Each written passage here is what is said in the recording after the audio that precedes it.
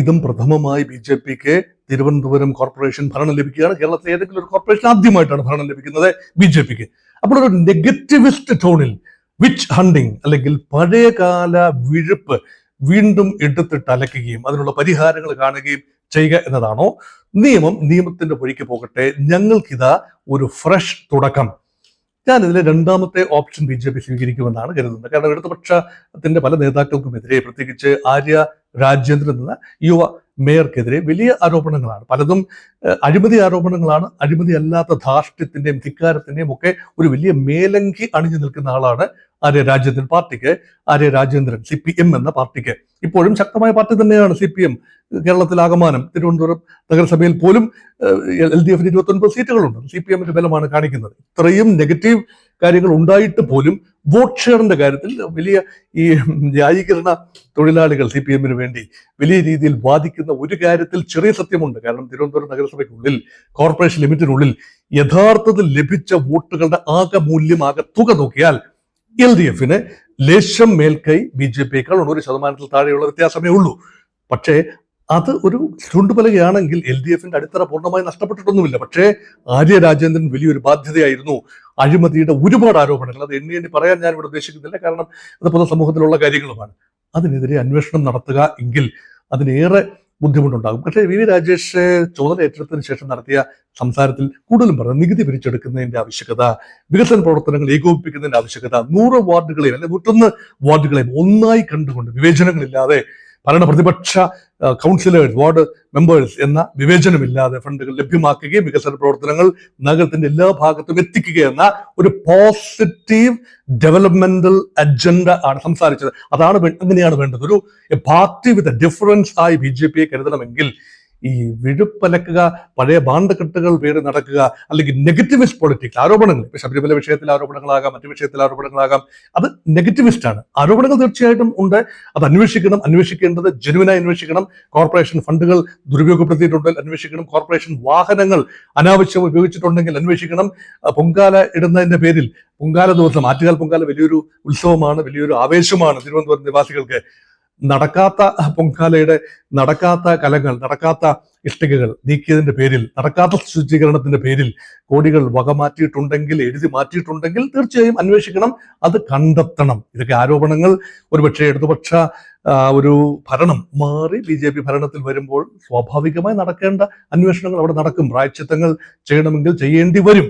അതിനുപരിയായി which hunting മാത്രമായി ഭരണം ഒതുക്കിയാൽ യഥാർത്ഥത്തിൽ ജനങ്ങൾ നൽകിയ മാൻഡേറ്റിന് അനുരൂപമായിട്ടല്ല അവർ പ്രവർത്തിക്കുന്നതെന്ന് പറയേണ്ടി വരും. അനധികൃത നിയമനങ്ങൾ, പിൻവാതിൽ നിയമനങ്ങൾ, ഇഷ്ടക്കാരെ തിരികെ കയറ്റൽ, പൊതുവിൽ പറഞ്ഞാൽ നിപ്പോട്ടിസം, പൊളിറ്റിക്കൽ ഫേവറിറ്റിസം എന്നൊക്കെ പറയാവുന്ന പ്രവണതകൾ എപ്പോഴും കമ്മ്യൂണിസ്റ്റ് പാർട്ടിയുടെ തുറുപ്പുചീട്ടായിരുന്നു. കാരണം അണികളെ ആത്മവിശ്വാസത്തോടുകൂടി കൂടെ നിർത്താൻ, അണികളുടെ അല്ലെങ്കിൽ പാർട്ടിക്ക് വേണ്ടി വിറക് വെട്ടുകയും വെള്ളം കോരുകയും അധ്വാനിക്കുകയും കഠിനാധ്വാനം ചെയ്യുന്നവർക്കും അവരുടെ കുടുംബാംഗങ്ങൾക്കും ഒക്കെ ചില പ്രയോജനങ്ങൾ, അതാണ് ഈ പ്രയോജനങ്ങൾ പാർട്ടി കൂറായി വളരുകയും വീണ്ടും പാർട്ടിയെ തുടർ ഭരണത്തിൽ എത്തിക്കുന്നതിനെ കൈമേയ് മറന്ന് ഉദ്യോഗസ്ഥ തലത്തിൽ ഉൾപ്പെടെ പ്രവർത്തനങ്ങൾ നടത്തുകയും ചെയ്യുന്ന ഒരു സംവിധാനമാണ് CPMന്റേത്. അതിന്റെ ഭാഗമായി കോർപ്പറേഷൻ എവിടെയെല്ലാം, തിരുവനന്തപുരം മാത്രമല്ല ഇവിടെയെല്ലാം ഭരണം ലഭിക്കുന്നു, തങ്ങൾക്ക് വേണ്ടപ്പെട്ട ആളുകളെ തിരികെ കയറ്റാൻ അല്ലെങ്കിൽ അർഹതയെ ഒഴിവാക്കി ഏതെല്ലാം രീതിയിൽ പാർട്ടിക്ക് മാനേജ് ചെയ്യാവുന്ന ഇടങ്ങളുണ്ടോ അവിടെല്ലാം തന്നെ വേണ്ടപ്പെട്ടവരെ തിരികെ കയറ്റുന്ന ഒരു പ്രവണതയുണ്ട്. അത് ഇടതുപക്ഷത്തിന്റെ ഭാഗത്ത് വളരെ പ്രകടവുമാണ്. അത് ഒരുപക്ഷെ നടത്തിയ നിയമനങ്ങൾ നിയമാനുസൃതമല്ലായെങ്കിൽ, പലപ്പോഴും നിയമം അനുശാസിക്കുന്ന ചില പഴുതുകൾ ഉപയോഗിച്ചുകൊണ്ടാണ് നിയമനങ്ങൾ നടക്കുന്നത്. പക്ഷെ നിയമവിധേയമല്ലാത്ത ഏതെങ്കിലും നിയമനങ്ങൾ ഉണ്ടെങ്കിൽ, അല്ലെങ്കിൽ താൽക്കാലിക നിയമനങ്ങൾ ഉണ്ടെങ്കിൽ ആ കാലാവധിക്ക് ശേഷം അത് പുനഃപരിശോധിക്കാൻ BJPയുടെ നേതൃത്വത്തിലുള്ള പുതിയ ഭരണസമിതിക്ക് കഴിയേണ്ടതാണ്. തീർച്ചയായിട്ടും അവരത് ചെയ്യുമെന്നാണ്. പക്ഷെ ഇടതുപക്ഷം ചെയ്ത ഏതാണ്ട് അതേ രീതിയിൽ ഇഷ്ടക്കാരെ തിരികെ കയറ്റാനാണ് ശ്രമിക്കുന്നതെങ്കിൽ ഒരിക്കൽ കൂടി നഗരവാസികൾ BJPക്ക് ഒരു ഷോക്ക് ട്രീറ്റ്മെന്റ് നൽകും. അതുകൊണ്ട് ലഭിച്ച മാൻഡേറ്റിനെ വളരെ ഉത്തരവാദിത്വത്തോടുകൂടി മുന്നോട്ട് കൊണ്ടുപോകാനുള്ള ചുമതല mister VV Rajesh and team ഇന്നുണ്ട് എന്നാണ് എനിക്ക് തോന്നുന്നത്. ക്രിസ്മസ് അപ്പൂപ്പൻ വന്നു പോയി കഴിഞ്ഞു. ഇനി വരാനുള്ളത് ഇന്ത്യയുടെ ശക്തനായ ഭരണാധികാരിയായ ശ്രീ നരേന്ദ്രമോദി എന്ന ആദരണീയനായ പ്രധാനമന്ത്രിയാണ്. അദ്ദേഹം തിരുവനന്തപുരത്ത് വരുമ്പോൾ വെറുതെ തിരുവനന്തപുരം നിവാസികളെ കാണാൻ വരികയും കൈവീശി കാട്ടുകയും നന്ദി എന്ന് പറയുകയും ചെയ്യുക, അത് സ്വാഭാവികം, ഔപചാരികത മാത്രം. പക്ഷേ തിരുവനന്തപുരം നിവാസികൾ BJPക്ക് വോട്ട് ചെയ്യുമ്പോൾ ന്യായമായും പ്രതീക്ഷിച്ച ചിലതുണ്ട്. അത് മാത്രമല്ല, തിരുവനന്തപുരത്തെ വോട്ടർമാർക്ക് BJP കൊടുത്ത ചില വാഗ്ദാനങ്ങളുണ്ട്. അതിൽ പലതും ഇത് വാഗ്ദാനങ്ങൾ മാത്രമാണ്. അധികാരം കയ്യിലില്ലാത്തവർക്ക് കൊടുക്കാനാവുന്നത് തങ്ങൾക്ക് അധികാരം ലഭിച്ചാൽ ചെയ്യാൻ ഉദ്ദേശിക്കുന്ന കാര്യങ്ങൾ. അതിനെങ്ങനെ പണം കണ്ടെത്തും, അതിനെങ്ങനെ ഉണ്ടാവാം. അവിടെയാണ് ഡബിൾ എൻജിന്റെ പ്രയോജനം. സംസ്ഥാന ഗവൺമെന്റ് തീർച്ചയായും ഹോസ്റ്റൈലാണ്, കേന്ദ്രവുമായി ആ രീതിയിൽ സഹകരിക്കില്ല. ഗവർണറുമായി ബന്ധപ്പെട്ട ഏറ്റുമുട്ടലുകൾ കടന്നു, VC നിയമനവുമായി ബന്ധപ്പെട്ടത്, PM ശ്രീയുമായി ബന്ധപ്പെട്ട പോരാട്ടം ഒക്കെ തന്നെ കണ്ട കേരളമാണ്. അപ്പോൾ പിന്നെ എങ്ങനെയാണ് ഒരു നഗരസഭ അല്ലെങ്കിൽ കോർപ്പറേഷൻ ഭരിക്കുന്ന BJPക്ക് കേന്ദ്രത്തിൽ നിന്ന് സഹായം എത്തുക? തിരുവനന്തപുരം നഗരത്തിനുള്ളിൽ കേന്ദ്ര പദ്ധതികൾ, അത് വിഴിഞ്ഞം പദ്ധതിയുടെ വലിയ ഒരു വിസ്ഫോടനം, അല്ലെങ്കിൽ കൂടുതൽ ഫണ്ടുകൾ, കൂടുതൽ സ്പീഡിലുള്ള വികസനം, റെയിൽവേയുടെ വികസനം, ഇതെല്ലാം തന്നെ കേന്ദ്രം കനിയുന്നതാണ്. അത് സാമാന്യ ജനത്തിന് അറിയാമല്ലോ. ഇതൊക്കെ കേന്ദ്രം, shipping and rail road, highways, ഇതൊക്കെ കേന്ദ്രവുമായി ബന്ധപ്പെട്ട കാര്യങ്ങളാണ്. അത് ഒരു ലെവലാണ്. റിംഗ് റോഡുകളുടെ വികസനം, അതുമായി ബന്ധപ്പെട്ട എന്തെല്ലാം ചെയ്യാനാവുമോ കേന്ദ്രത്തിന്, അതിന്റെ വികസനം. അതോടൊപ്പം തന്നെ ഒരുപക്ഷെ കേന്ദ്രത്തിന്റെ നയമാണ് ഷിപ്പ് ബിൽഡിംഗ്. ഈ ഷിപ്പ് ബിൽഡിംഗ് ഒരു സംവിധാനങ്ങൾ രാജ്യത്തിന്റെ തുറമുഖങ്ങളോടടുത്ത് എല്ലായിടത്തും ഒരുക്കണമെന്നത് കേന്ദ്രത്തിന്റെ നയമാണ്. ബഡ്ജറ്റിൽ അത് പ്രഖ്യാപിച്ചതുമാണ്. നയം വലിയ തോതിൽ ഫണ്ട് കിട്ടാൻ സാധ്യതയുള്ളതുമാണ്.